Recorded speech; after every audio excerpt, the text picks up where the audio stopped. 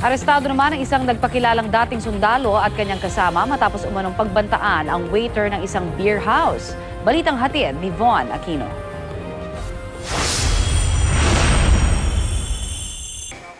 Idiniretso sa PCP-10 sa Makati City ang suspect na nagpakilalang dating sundalo at ang kasama nito makaraang pagbantaan umano nila ang waiter ng isang beer house kagabi. Kwento ng misis ng complainant, alas 7 kagabi nang magpunta sa beer house ang suspect na si Edward Baligat Jr. at kasama niyang si Hamil Haliasgo. Sinahanap po niya yung asawa ko.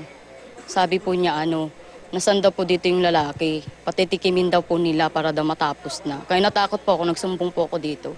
Itinago nila ang kanyang mister sa loob ng beer house sa pangambang sasaktan ito ng mga suspect. Yun nga po, di ko po alam kung anong kasalanan ng asawa ko sa kanila eh.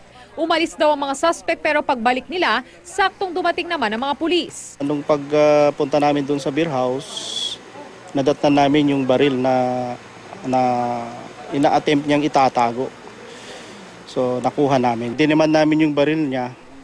Kung may authority siyang dalhin yun, ay wala siyang maipakita. Kaya dinala namin siya rito. Itinanggi naman ni Baligat na pinagbantaan niya ang waiter. Tinakot niyo raw po yung Ba't mo man ako? Hindi ko nga kilala yun sila.